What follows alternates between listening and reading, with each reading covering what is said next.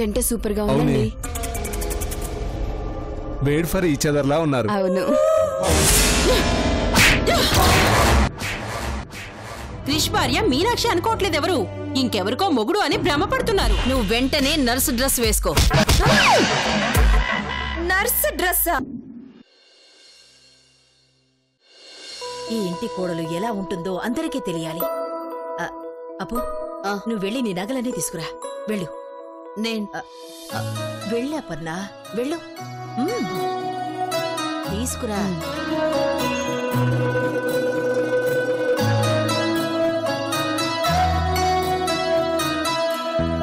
వదినా ఎక్కడికి?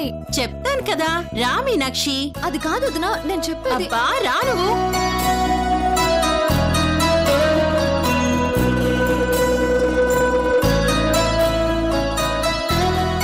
అపన్నా, ఇప్పుడు నీ నగలు నా నగలు కోడలు పెట్టుకుంటే మహారాణిలా ఉంటుంది. ఏమ్మా వచ్చావా? రా అలా కూర్చో. దేనికత్తయ్యా? ధనరాజు గారి కోడలంటే ఇలా ఉండకూడదమ్మా. 100 మందిలో ఉన్న మా ఇంటి మహాలక్ష్మి ప్రత్యేకంగా కనిపించాలి. అత్తయ్యా, ఓ ఆడపిల్లకి సహనం ఉంటే స్వాగతిస్తారు, వ్యక్తిత్వం ఉంటే చేతులెత్తి మొక్కుతారు, సంస్కారం ఉంటే గౌరవిస్తారు. కాని ఆ ఆడపిల్ల తన స్థాయికి తగ్గట్టుగా కనిపిస్తే గుర్తిస్తారు. లేదంటే వాళ్లే చెవులు కొరుక్కుంటారమ్మా. అసలు అలంకరణ అనే పదం పుట్టిందే ఆడపిల్ల కోసం కదమ్మా. మరి నువ్వెందుకు వాటికి దూరంగా ఉంటావు? ఆడపిల్లకుండే ఆశ ఉంది, అంతులేని ధనముంది, కాని అలంకరించుకొని తిరిగే అర్హత లేని దాన్ని ఎలా పెట్టుకోగలను? మీనాక్షి, ఈరోజు ఈ ఒక్కరోజు నీ ఇష్టం కాదు, అంతా మా ఇష్టం. నువ్వెలా ఉండాలో, నిన్నెలా తయారు చేస్తావో చూడు. రా, వచ్చి అలా కూర్చో. రా మీనాక్షి. ఎందుకత్తయ్య ఇప్పుడు ఇవన్నీ? ఇంకా నిన్నేం మాట్లాడొద్దన్నానా? అపో ఆ చీర ఎలాగేవో.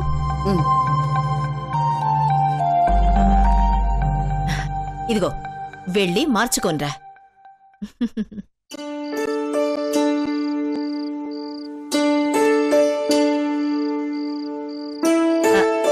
ఆ నగలు తీసుకురండి.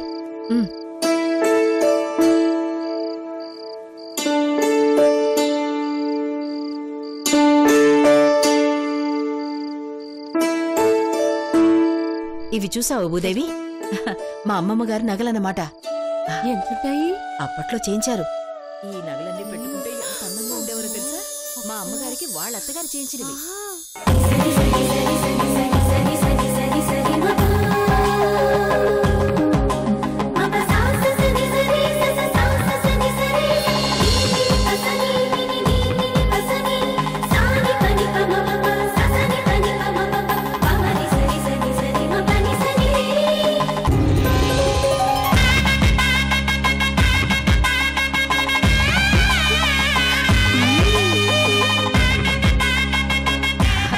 మీనాక్షి రామ్మా. అప్పో అక్క టేబులే. ఇక్కడ ఇలా కూర్చో.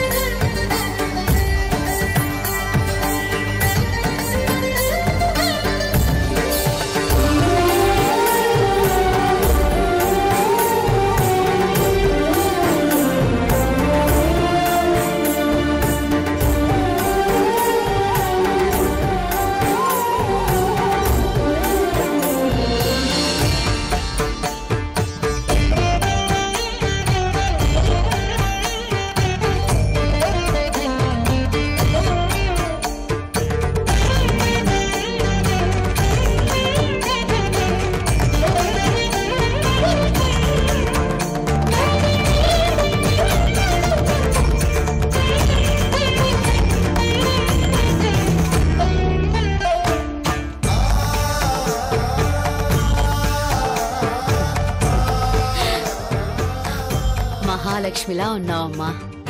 కాదు కాదప్పన్నా, ధనరాజు గారి కోడల్లా ఉంది. మన దిష్టి తగిలేట్టుంది.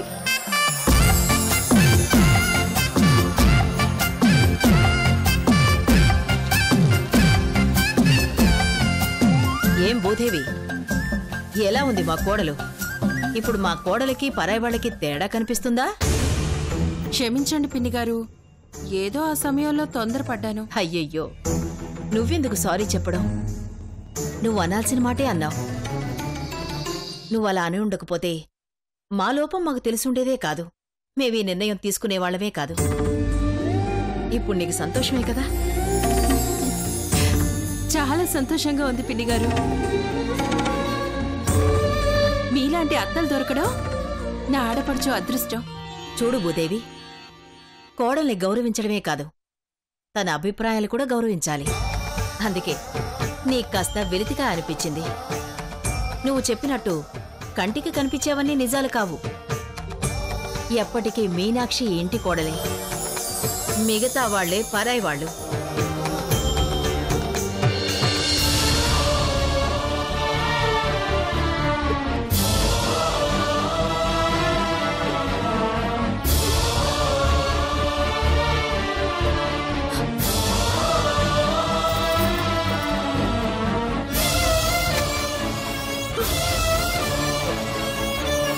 అమ్మ మీనాక్షి, ఏమిటమ్మా, ఏమిటి కన్నీళ్ళు? అత్త అమ్మ అయితే అదృష్టం, కానీ ఇద్దరు అత్తలు ఇద్దరు అమ్మలైతే దానికేం పేరు పెడతారో తెలియట్లేదు అత్తయ్య. మమకారం అని అనుకుంటే సరిపోతుంది కదమ్మా.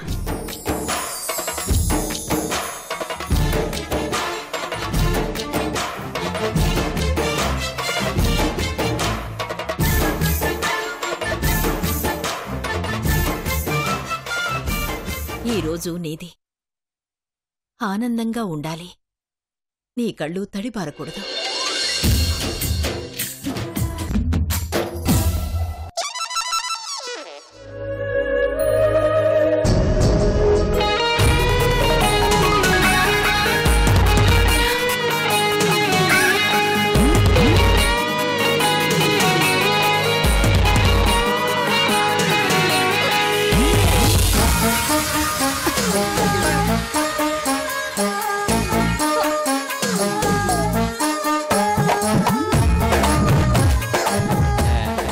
తీసుకున్నారా?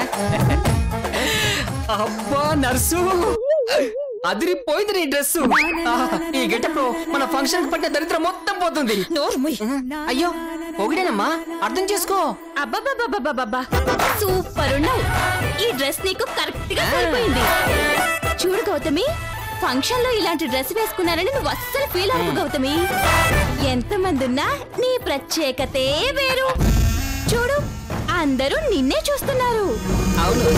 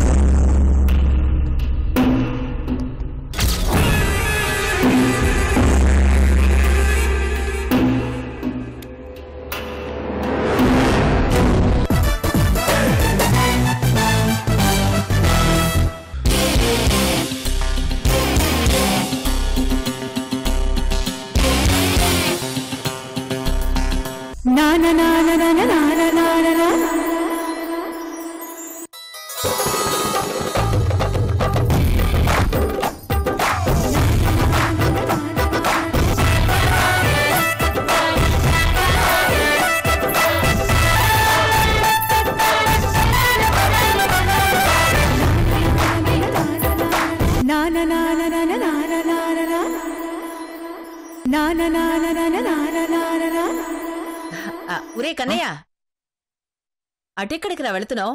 ఇటు నీ భార్యను చూడు.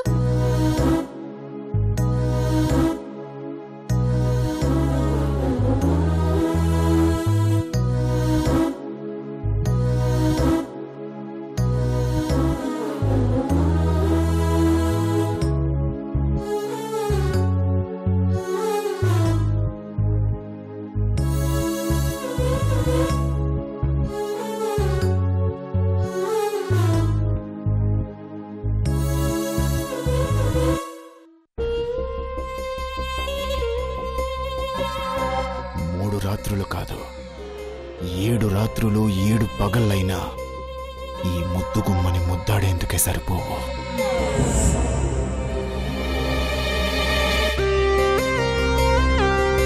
ఒరే కన్నా, ఎంతసేపు భార్యనే కాదురా పక్క వాళ్ళని కూడా చూడాలి. మీ నర్సుని చూడు ఎంత అద్భుతంగా రెడీ అయిందో.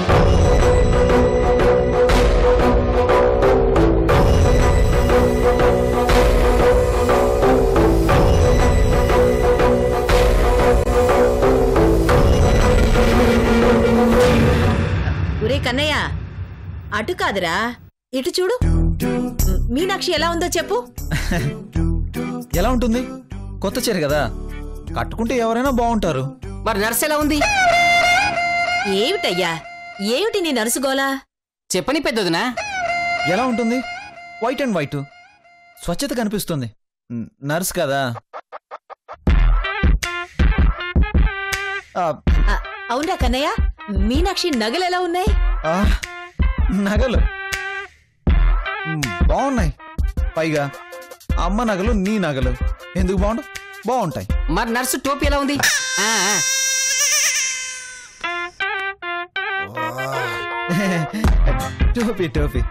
టోపీ గురించి నెక్స్ట్ ఎపిసోడ్ లో మాట్లాడుకుందాం బాబాయ్. అందరూ బయలుదేరదామా? రే, అది రెడీ చేశారా? పిచ్చి సన్నాసి, బయటికి కనిపించడు గాని ఎంత సిగ్గో వాడికి. పెద్దదినా, అది మీకు సిగ్గులు అనిపిస్తుందా? అవును, వాడు ఎలా మెలికలు తిరుగుతున్నాడో చూడలేదు? ఏంటో అంతా అనకపల్లి సంత. సరే సరే, పదండి పదండి, ఫంక్షన్ కి టైం అవుతుంది. పదమ్మా. మీరు పదండి అత్తయ్య, నేను వస్తాను.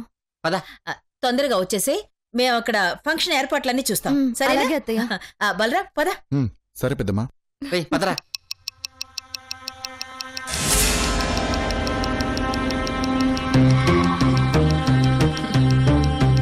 ఏంటే, ఒంటి నిండా నగలు దిగేసుకున్నంత మాత్రాన ఇంటి కోడలు అయిపోయానని మురిసిపోతున్నావా?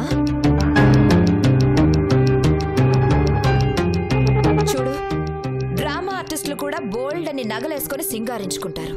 కానీ ఎంతసేపు? ఆ పాత్ర అయిపోగానే అన్నీ వదిలి అక్కడ పెట్టి వెళ్ళిపోవాల్సిందే. నువ్వు కూడా అంతే.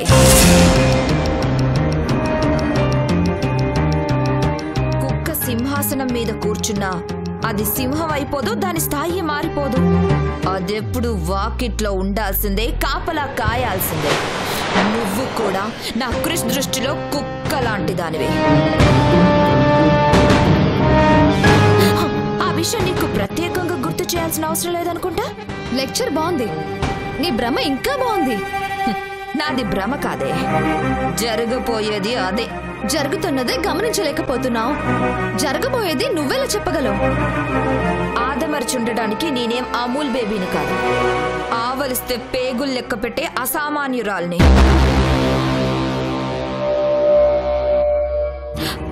నీకో విషయం తెలుసా? నేను సలహా ఇస్తేనే క్రిష్ నిన్ను తీసుకొచ్చాడు. నేను ఒప్పుకుంటేనే నువ్వు ఇంట్లో ఉండగలుగుతున్నావు. నా గాని తిక్కరేగి ఒక్క తన్ను తన్నాననుకో, రోడ్డు మీద ఉంటావు. తంతే వెళ్ళిపోవడానికి నేనే నీ చేతిలో బంతిని కాదు, ఇక్కడే పాతుకుపోవడానికి వచ్చిన చెట్టుని. నన్ను కదల్చాలంటే నీ తాతలు దిగి రావాలి. ఏమన్నా? నన్ను పంపించాలంటే నీ తాతలు దిగి రావాలి అన్నాను. అర్థం కాలేదా? నువ్వు సలహా ఇస్తే ఆయన నా దగ్గరికి రాలేదు, సమస్యకి నేనే పరిష్కారం కాబట్టి వచ్చారు.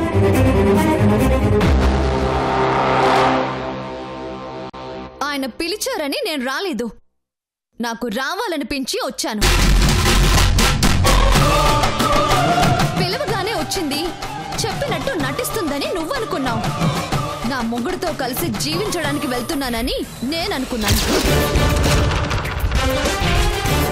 ఉండకూడని చోటులో నువ్వున్నావు, చేరాల్సిన చోటుకే నేనొచ్చాను. వచ్చింది మళ్ళీ గడప దాటడానికి కాదు, నిన్ను ఒక్కో మెట్టు దించి ఆయన కళ్ళు తెరిపించి శాశ్వతంగా నిన్ను ఆయనకి దూరం చేసి నా చెయ్యి పట్టుకునేలా చేయడం కోసం. ఏంటే నువ్వనేది? అంత షాక్ అవ్వకు, స్ట్రోక్ వస్తుంది. గాల్లో మేడలు కట్టు, నష్టం లేదు. కానీ పట్టపగలు కలలు కనకు పుట్టగత లేకుండా పోతావు. నేను కనే ప్రతి కళ అర్థవంతమైంది. ఆ కళ 3 ముళ్లతో ముడిపడి ఉంది. 7 అడుగులతో మమేకమై ఉంది. నీరు కారిపోదు, నిజమై తీరుతుంది. ఈ ఇంట్లో కోడలి స్థానం నాది, నర్సు స్థానం నీది. ఆయన మెచ్చిన చీర నా ఒంటి మీదకొచ్చింది, నీకు నచ్చని డ్రెస్సు నీ ఒంటి మీదకొచ్చింది. నీ పాదాలకి సాక్సులొచ్చాయి, నా పాదాలకి పట్టీలొచ్చాయి. తొందరలోనే ఆయన కూడా నావాడవుతాడనడానికి ఈ ఉదాహరణ చాలనుకుంటా.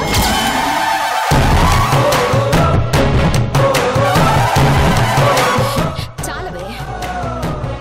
వస్తువులు సొంతం చేసుకున్నంత తేలిక కాదు కృష్ణని దక్కించుకోవడం. ప్లాన్ ప్రకారం వచ్చావు, ఏదో సాధించానని విర్రవీగుతున్నావు కదా. అది కాదే గెలుపంటే. మరి కొద్దిసేపట్లో క్రిష్ కేక్ కట్ చేస్తాడు. కట్ చేసిన మొదటి ముక్క పక్కన నువ్వుండగా, చుట్టూ జనాలుండగా నా నోట్లో పెడతాడు, తన చేత్తో తినిపిస్తాడు. చూస్తావా?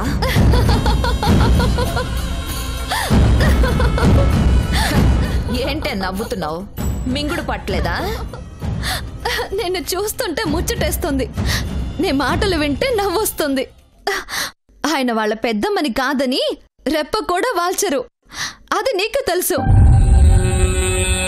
ఆవిడుండగా మొదటి ముక్క నాకు కాకుండా నీకు తినిపిస్తారనుకోవటం ఎడారిలో నీటి కోసం వెతకడమే. అందుకే నవ్వుతున్నాను. ఎలా జరుగుతుందో కళ్ళారా చూశాక నీకే అర్థమవుతుంది. నిజంగా నువ్వు నమ్మిన తాళి గొప్పదే అయితే, నువ్వు కనే కళ అర్థవంతమైందే అయితే, మొదటి ముక్క నీ నోట్లో పెట్టించుకో. అట్లీస్ట్ నాకు తినిపించకుండా ఆపు. అప్పుడు ఒప్పుకుంటాను క్రిష్ నీ వాడవుతాడని, నీ ప్రేమ నిజమని.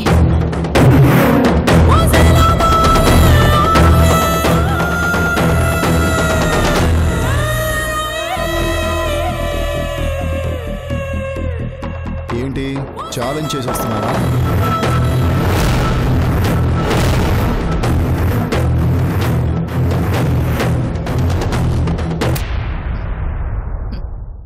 చెప్పి చేయడం నా స్టైల్. ఓడిపోవడం కూడా నీ స్టైలేనా? బలరాం, అరిస్తే ఆయాసం తప్ప గెలుపు రాదు. విన్నావుగా, ప్లాన్ ప్రకారం వచ్చింది. నిన్ను తోక పట్టుకొని ఆడిస్తుంది, అయినా నీలో చలనం లేదు. నాది పాము పగ. కాటేయాలంటే కాలం కలిసి రావాలి. కాలం కలిసొచ్చేలోగా అది ఆ కృషిగాన్ని మార్చేస్తుంది. అప్పుడు నిన్ను తన్ని దాని చంకనెక్కుతాడు. ఇక నీకు నాకు మిగిలేది 0. అందుకేగా నా అన్నని నిన్ను ఏకం చేశాను. ఈ రోజుతో అంత అల్లకల్లోలమైంది. వ్యాపారాన్ని కూల్చే పని మేం సక్రమంగానే చేశాం, కానీ సంసారాన్ని కూల్చే పని నువ్వు సక్రమంగా చేయలేకపోతున్నావు. అందుకే అది అంత ధీమాగా మాట్లాడుతుంది. కాస్త ఓపిక పట్టు, ఏం జరుగుతుందో కల్లారా చూద్దువుగా.